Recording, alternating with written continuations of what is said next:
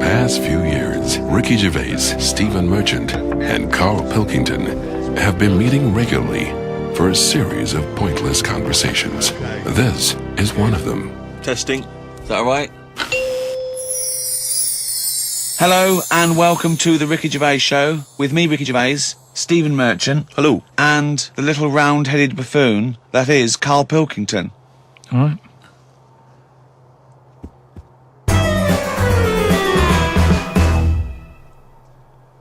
We've got a little email straight away, Carl, from Nikki in Beverly Hills, California. She says, Carl, you rock. I hate it when Ricky and Steve ridicule you. I checked out your picture. Although your head is not normal, that's no reason to ridicule you. You look gimp, but I never judge a book by the cover. Cheers. Is that what you've got to say? Well, it's only because I've got no hair, though, isn't it? That's why it gives that effect. No, it's perfectly round your head. It's perfectly spherical head. Your face is slightly too big for it. It almost goes over the sides. Perfectly round head. Pug little nose. Funny gimp eyes with no expression. Hangdog look. Like a little mouth, like a little lamprey. Not formed, not human formed. The way your expression is like you've had a lobotomy. Your head goes weird at the back. It's got a little nod in it, like it's really strange, your face, and you're stupid. We've had a lot of emails saying that. I mean, I think he's just paraphrasing, but... talking of emails, you know, a couple of... I can't remember which show it was, but you mentioned, Carl, that you'd only recently seen a Chinese homeless person. Oh, yeah. And it really surprised you because you'd never seen a Chinese homeless person. And I actually went along with that. I've still never seen a Chinese homeless person. Well, now I can just tell you now that there's a few responses from Los Angeles, people saying there are quite a lot of Chinese homeless people over there because apparently there's a huge homeless community in Los Angeles. So definitely if you want to see them, Carl, that's the place to go. But we've had one from Vancouver, Canada, from a girl called Amy, and Amy herself is Chinese, and she says that she realised herself that she'd never really seen a Chinese homeless person. And although she says that apparently Vancouver has the first or second largest Chinese population in Canada, she'd never seen them, and she actually went for a walk around the Chinatown in her area looking for them, and she could not find any on that particular day. So again, Canada obviously not a place to go for a Chinese homeless. It was just a point, though. I don't want people sort of... Well, hold on, though. Wait, I'll stop you there. Hello, Ricky, Steve and Carl. I live in New York City and have seen a Chinese homeless person. Not only is he Chinese, but he is also a midget. He's been living on the streets for the last 30 years. He used to dress in rags, but thanks to a coat drive, he's now wearing a fancy Adidas jacket, right? Now he encloses a picture. He says he gave him $10 to take the picture, and I've seen it, and he's a little Chinese midget fella. I'm just getting a bit worried that people are going out there sort of looking for these. Because they, you know, that's what you requested. No. But all I was saying is, I saw one. I didn't start saying, "Excuse me, can you just give us a smile? I'm taking your picture." Do you know we've what I had mean? loads of pictures of people. I know, and it worries me a little bit. And I mean, it's not too bad about the one who took one of the little midget one, because you know, if he kicked off, it'd be quite easy to sort of hold him back. But I'm talking about fully grown. So is that your warning to people? Don't be taking pictures of fully grown Chinese homeless. Well, yeah, I'm just saying, you know, don't be messing about going up to strangers and that and annoying them and stuff, right? Maybe I think that's a good rule of thumb. Don't annoy them. But I mean, that is a hell of a sighting, isn't it? We asked for a Chinese homeless, and they gave us a Chinese midget homeless. Many of the listeners are aware, Carl, that you're sort of fascinated by smaller people. Well, he's fascinated by difference, I think. Yes. I don't think he's having a go at people. You're not having a go. when you sort of stare at someone because they don't look like you, and let's face it, most people don't look like you. You're not having a go, are you? Well, like I say, the first time I saw Steve, I was never having a go. It was just, oh, that's different. But you know, like you know, Steve, I was never having a go. It's just that thing of, oh, right, interesting. What do you mean? No, just you know, I've said before about I've got used to it, and Steve got used to it. What do you? I don't know. Well, you know my feeling with this. I don't really know where he's coming from. But Steve knows I'm not having a go either. Yeah. Carl used to carry around a book that was called the top 50 freaks of all time. Well, it's interesting you should mention that because we actually had an email from Richie who says that he's been a fan of ours for many years and he's listened to lots of the radio shows we've done in the past and things. And he says of all the people you've discussed, Carl, in the past, including some of the people from your you know, odd magazines, who would you most like to spend the day with of all those people that you've encountered? Favourite of all? Well, certainly who you would want to spend time with, who you feel would be the most fascinating, the most interesting. You know, I mean, let's just recap on Well, there's some of Pillow Man, the bloke with no arms, no legs that can roll a cigarette with his mouth. Yeah. No, not impressed with him. That's not sufficient. What about the three-legged juggler? So hang on, let's just recap. This was a man with 3 legs? 3 legs, right? Right. And it said his job, he became a juggler. Okay. Not using the gift that he'd been given. What you suggest? Anything. Running, swimmer. Just, Yeah. But yeah, What else what are was the there? others? What are the other ones? There was a picture of a gentleman who was fascinated by him. He used to play the piano. Oh, he's got a tiny head, doesn't he? Yeah, that's that. That's the one who he sort of ages fast. Right. So like every other week he's having a birthday and stuff. And yeah, that was weird. He's not having a birthday every other week. His body's just aged, so as the appearance, his biology is sort of like he's 70, but he's only like 15. They don't have a birthday every week. You idiot. But yeah, I don't know about knocking about with one a long time though. That's Only for a day? I suppose it depends what I'm up to. Because if we're going out and about, the Pillow Man would just be a bit of a drag. Whereas if you're going for a walk across, the 3-legged guy, ideal. So yeah. Lots and lots of people emailing just with questions for Carl. Just a couple of quick ones for you, Carl. Wendy says, if Carl had to eat the same dinner every day for the rest of his life, what would he eat? You see, it depends, doesn't it? I mainly eat just so I keep going. I'm not that bothered about, because I don't really taste it anyway. I just shove it down. You're like a horse? I mean, to be honest, it annoys me the way people worry about food now and how there's so much to choose from. I think it's got out of hand. I'll watch any form of choice really worries you, doesn't it? No, you don't like choice. No, choice is good, but not too much. It's like with anything now. If you go into a toffee shop, there's like loads of different. Where are you going to find a toffee shop? You're in a fairy tale. Yeah. You're in a Dickens tale in the 19th century. You're in Shrek. And you go into a toffee shop. What's your point? You go into a toffee shop. What I'm saying, you go into a shop full of toffees. You've just come from the candlestick maker.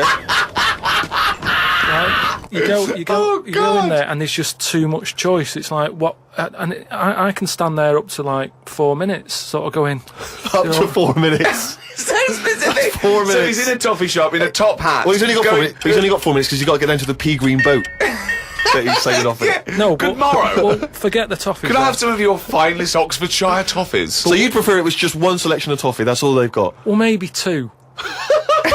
What I'm saying is, right, there's now too much choice. Whenever you get a menu in a restaurant, it's not like you don't just go, oh, right, what is there? Yeah, I'll have that. There's too much. It's like a book, and you look at it all. And then you've got to that point now that people are even taking a risk when they're eating. What do you mean? In Japan or China or something, they're eating that fish that if it's not cooked right, it can kill you. Right? Yeah. Not worth the risk. And there's so many other fish. Yeah, I agree. Why have mackerel? Have a bit of cod or whatever. Yeah, as soon as there's a risk, take it off. Take it off the menu. I agree. I totally agree. Not worth it. We've got a fish that might or might not kill you. Well, is there anything that definitely won't kill you? Yeah, but a chicken won't kill you. I'll play safe then. I'll have that. I love that. I love the chicken. That's what I'm saying. But anyway, we were talking about sayings and that. Right? Stitching time saves 9. Don't. I'm never going to use that. I don't think anyway. Okay. Suzanne. You're never going to understand it fully, are you? Suzanne repairs me stuff anyway. It doesn't really matter. But what about the one? About the one in greenhouses and that.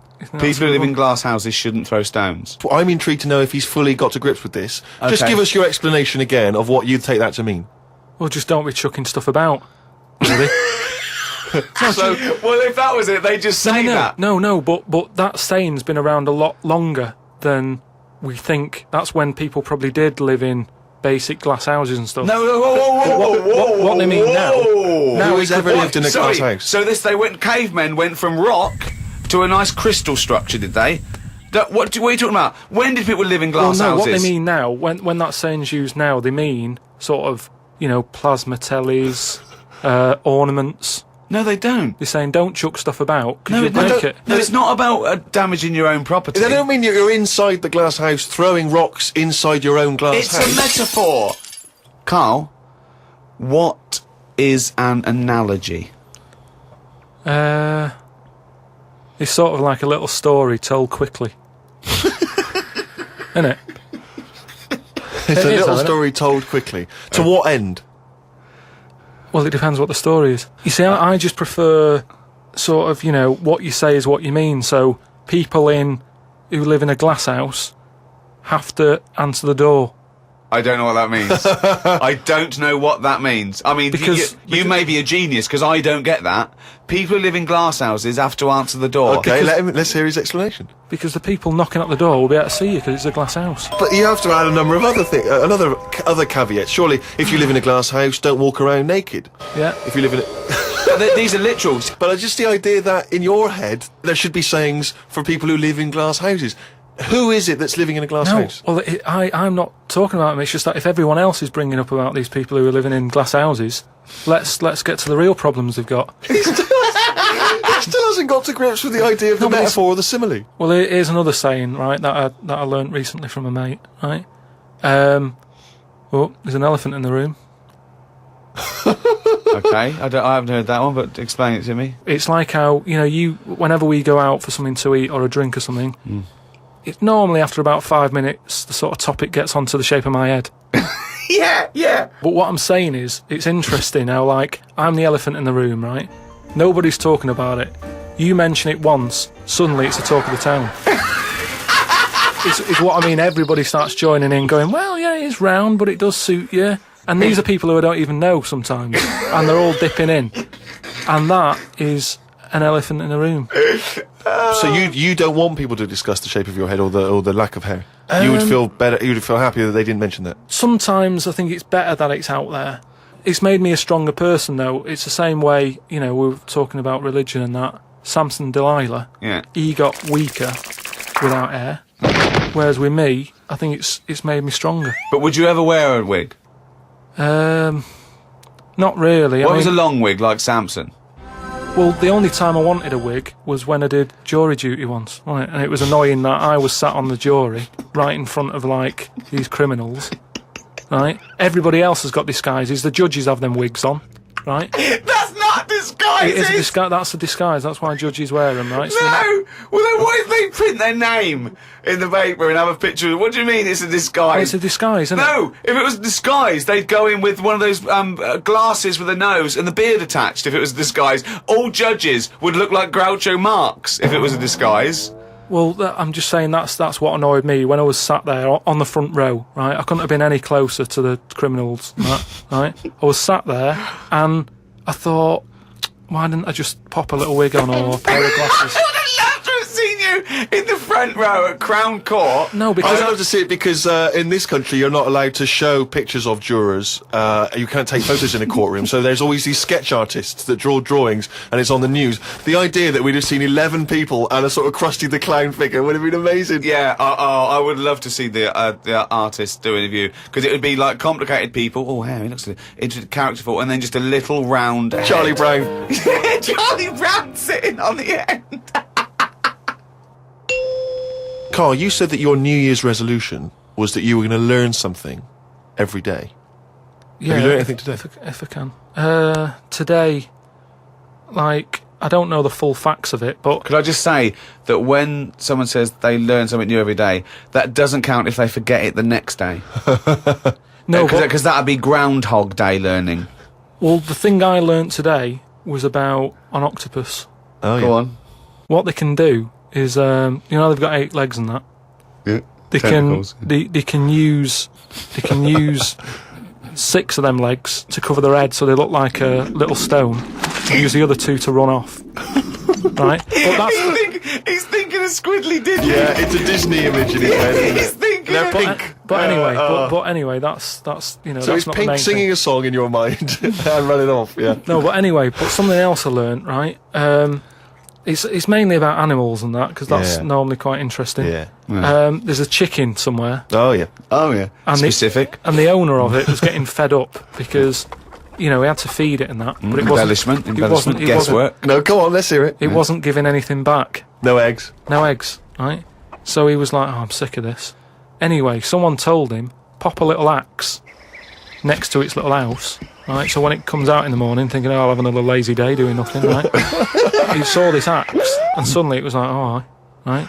And for the chocolate thought, yeah. It laid about 6 eggs. It's rubbish. Through Squeeze them worry. out. It's super rubbish. quick. A chicken wouldn't recognise an axe as a threat. It wouldn't be able to reason that I better start working or I'll be meat. I better start. It's absolute rubbish. Once again, it's this ridiculous thing you got that one personifying animals to reasoning powers better than yours. I mean, I think, you know, you make chickens and monkeys cleverer than you in your stories, which is weird. It didn't happen and wouldn't work. Next. What else haven't you learnt today? Do you think then that it's worth looking after animals then if there isn't any memory? If they don't know what's happening anyway, you're always going on about don't be cruel to things. Why would you ever want to be cruel to an animal, whether it can reason or not? No. I mean, I don't mean really cruel, but I mean like there's an advert on that's on in the, you know, in Britain, advertising some supermarket, right? And it's saying, you know, we look at, before, you know, we kill our chickens and what have you, they have a great life. This is like the voiceover and you see Happy Chicken. Yeah. And it's going, we give it a good little house to live in. It's got straw. Yeah. It eats good. Yeah. And then we kill it. Right? Yes, but that's better, isn't it? Well, no, I don't think it is though, is it? Because at the end of the day, if I was that chicken, right? I'm that chicken, loving my life. I can't believe me luck. Right, it's got its nice little field that it's working on. Yeah. It's got its nice food and everything, but it's going to die. Yeah, we're all going to die. But then, if you were like a rubbish chicken that had like a rubbish life, you'd be going, "Oh, kill me." Carl, they're not thinking what's going to happen tomorrow. They don't know that they're going to get for the chop, are they? A chicken's not going, I'm fed up with this. I can't wait for that axe to be used on my neck. Yeah. Well, that's another. Now you've mentioned the cutting off of an head, right? Yeah. On the chicken. That's something else I've learned, right? It's like a pinball is mine. Amazing. Isn't it? Ding dong, bong, dang, ding, ding, dong, dong. Oh, head, ding, ding, chicken, head off, bing, dong. No, right, but this was in a proper science magazine as well. Right? Yeah. So you can't have a go. This wasn't something on the internet. This was printed in a magazine. You read it. Okay, and what was it? And here comes the filter. It's going to come out nonsense. Right, well- you could have Professor Stephen Hawking sitting there whispering stuff in your ear, and it could all be true. But when you said it, gobbledygook. Well, let's see then. Let's see, right? What they've done another experiment, right? Yeah. They've cut somebody's head off, right? And they've worked out that when the head comes off the body, it stays alive and that No. for 30 seconds. Well, no, they don't know that. They can never know that. No, they did it. They did this No. experiment. What's alive? The What's head. alive?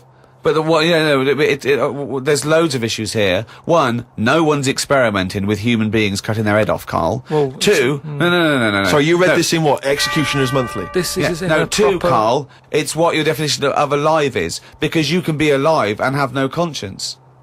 No, but this is where it gets weird, right? Yeah, I haven't told you that. this is where it gets weird. You talking about it. So the head's off, right? Yeah. And what they did was they chucked a load of questions at it.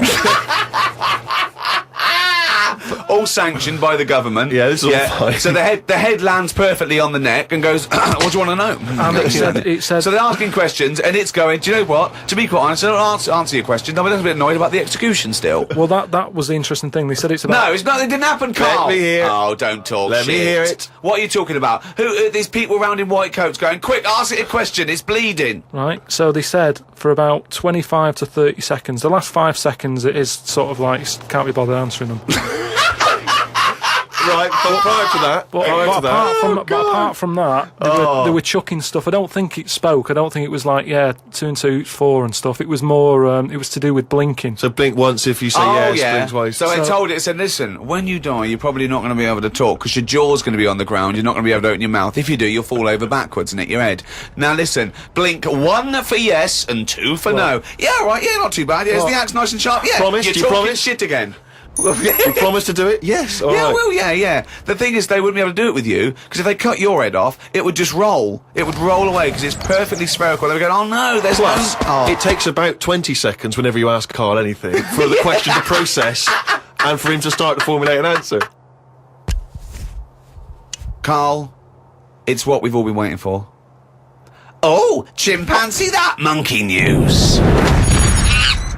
Right, well, this one sent in from Sam in New York, right? And it's about a fire that happened, right? In a really, do you know, like in New York, they have loads of big buildings, don't they? Yeah. Right, really, really tall ones. Skyscrapers. And stuff. Yeah. And there was a fire in one of them, right? So they did as expected. They called up, fire brigade and that.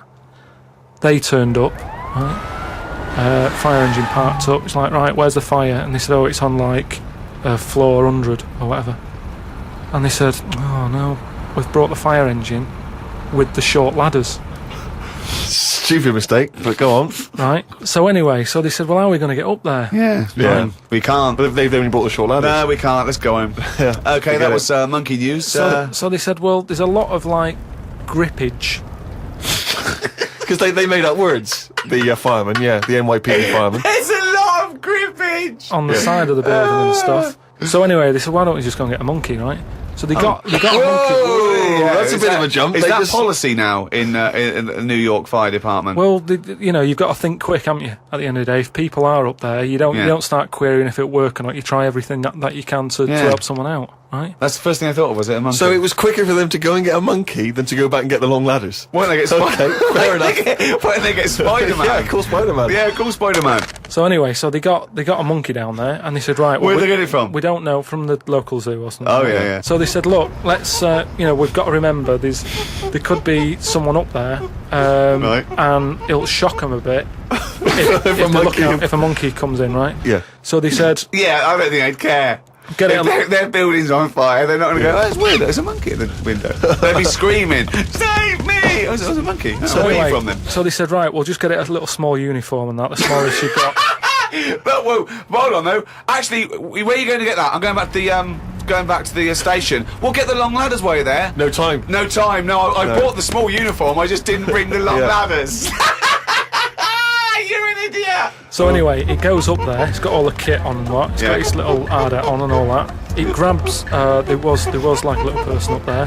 Manages to grab that. Not give it a a little. Who was up there then? It was just Someone that was just the right size for a monkey to be able to rescue, which is handy. Because if it'd been anyone else, like a larger person or a family, we'd all be screwed. No, I don't know about the size of it, but it's just the story saying how like it was quite a big monkey in that it was good at breaking down doors. Oh, yeah. It was good at climbing into small spaces and Oh, stuff yeah. like that. Anyway, it But managed so to. it's big enough to carry a fully grown man, but small enough to climb through a cat flap. Yeah, so Which is handy. So anyway, it managed to, get Did it have the boots person. on as well? It got the person and everything, and now it says it's sort of it's on call if they ever need it again. So. Sure, and if they ever get anywhere again and they've forgotten the long ladders, but there's plenty of grippage, they just call for Coco.